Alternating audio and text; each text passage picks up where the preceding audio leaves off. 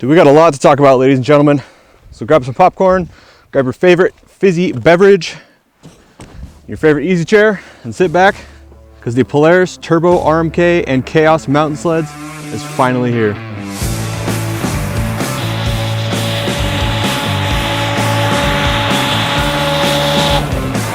Straight out of an old Frankenstein movie, Polaris has created a damn monster. It's alive! It's alive! It's alive! It's alive!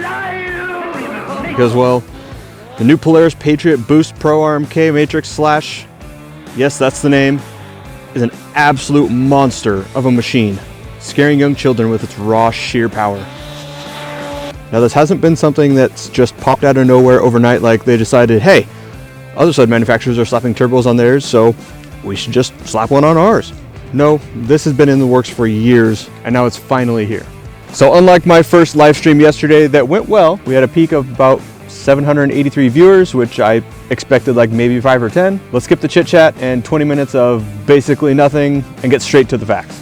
For 2022, Polaris has released their new Matryx mountain chassis sleds in many forms and iterations. So no matter what you desire to do with your sled or what your end goal is for it, Polaris has the answer for you. Now, of course, they have the trail and crossover sleds that have been changed, but in the interest of not making this a nearly 40-minute video, we're just going to be talking about the mountain lineup today.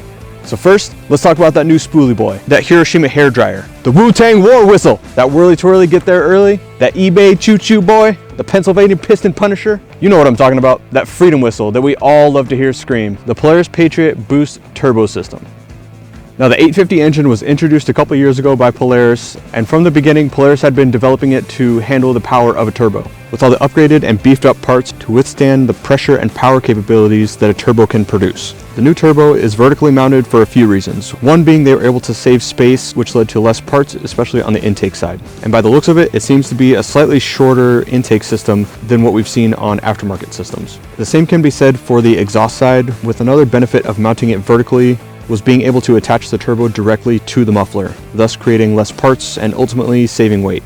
The new Smart Boost wastegate is attached directly to the tune pipe, and in the words of the engineers, it helps unlock many of the other things that make Smart Boost work. Basically, a lot of marketing talk for they put a lot of R&D into the entire setup, and that was just the best place to put the wastegate in order to make it work its best. The engine does come with a new P22 clutch in order to harness the power of the turbo system. As far as power figures, we don't have the exact numbers yet. All we have are percentages at the moment, being 10% more power at sea level than the standard naturally aspirated 850, which from now on I'll call it NA 850, so it's a little bit shorter, and then 50% more power than the NA 850 at 10,000 feet. But with a quick Google search of how much horsepower the NA 850 makes, as well as some quick maths, that tells us that that's around the 190 horsepower mark. Which, when we're talking about mountain sleds, or even sleds in general, 190 horsepower is a lot of power, especially up that high in elevation.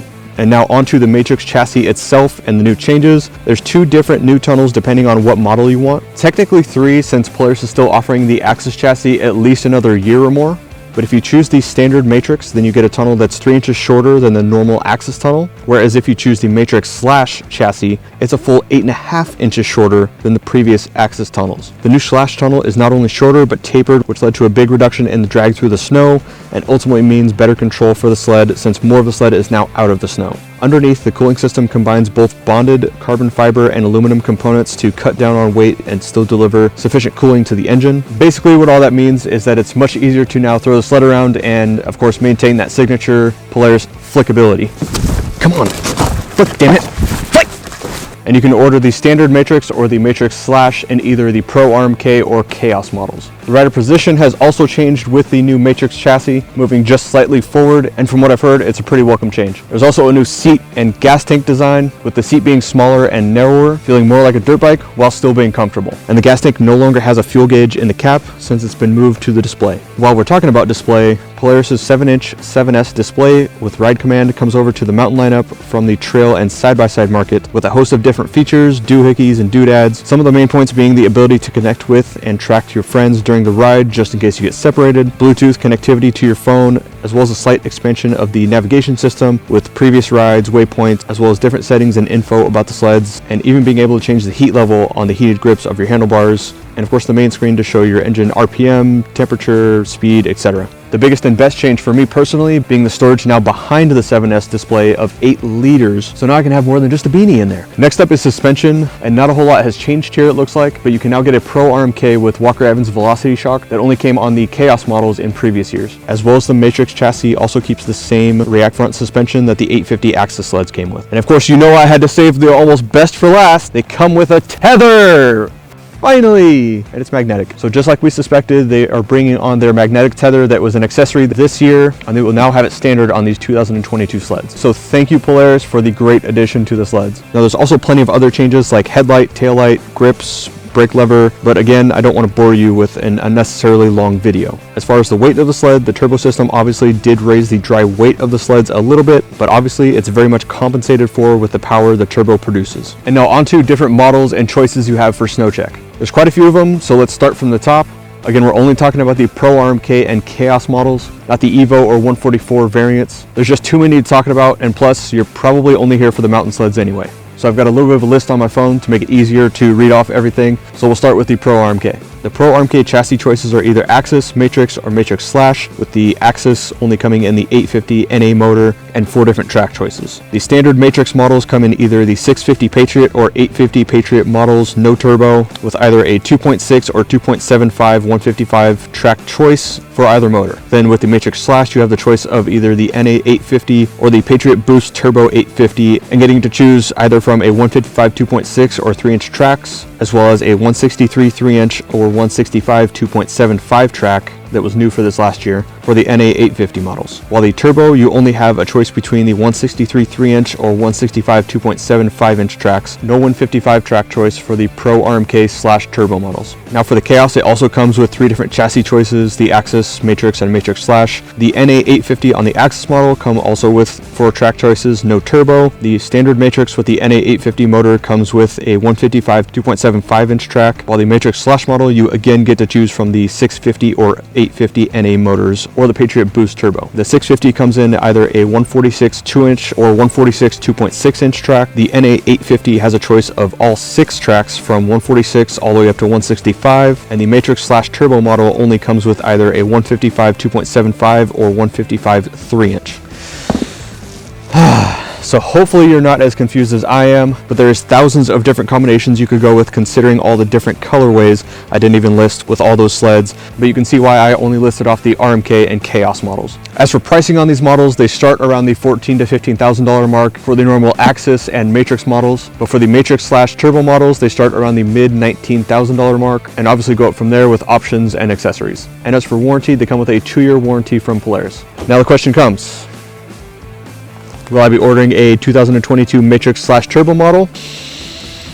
Hell yes! I'm leaning more towards the Khaos model since I rode a 2021 Khaos up in Alaska with my buddy Jeff at Sled Alaska, but honestly, either model is going to be very fun.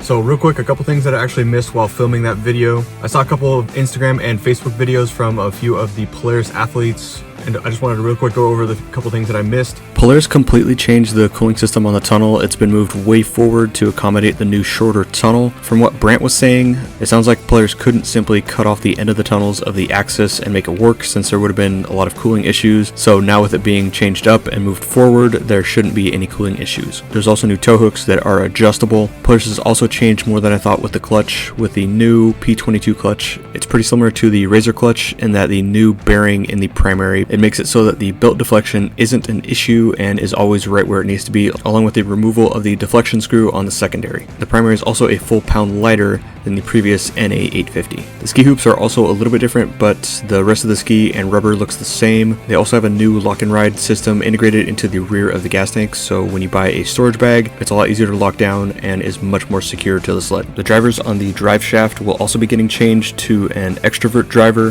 This looks like it's only for the turbo sleds from what Brant was saying on his live stream. I could be wrong on this, but we'll just have to see. For you chain case lovers, the sleds will be belt drive from now on. It doesn't look like they will be offering a chain case in the mountain sleds anymore. I don't see a huge downside here since the belt drives have become pretty reliable since their release. There's little maintenance to them, and if they ever do break, it doesn't destroy its own housing and components like the chain cases have in the past. Also, according to Chris and several other riders, it looks like the brakes are much more responsive and quick now, along with the brake lever being changed changed and the brake reservoir being made much lighter. And last but not least, if you're trying to snow check a turbo sled, you're probably out of luck at the moment, as by the time you're seeing this video, most likely all of them are already gone. Apparently Polaris is only doing a very limited run of them. I'm not sure exactly why yet, but if you want a turbo, you may want to call your dealer and get it ordered ASAP, as they might have already hit their allocation numbers. So if they've already hit their number of allocations that they have, you may need to call around to other dealers in your area or further away in order to order a sled. So do it as soon as possible. Anyways, I want to thank you for watching. I appreciate your feedbacks, and let me know what you're going to be snow checking for the 2022 model year. And make sure to give this video a thumbs up, hit the subscribe button, and hit the notification bell so you know when I upload my next video. And we'll see you next time. Thanks. I banged that fucker out in a fucking hour. It's gonna be a friggin' 6-minute video. My freaking hands are cold, freaking hands are cold. Turn the heated seat on and the heated steering wheel.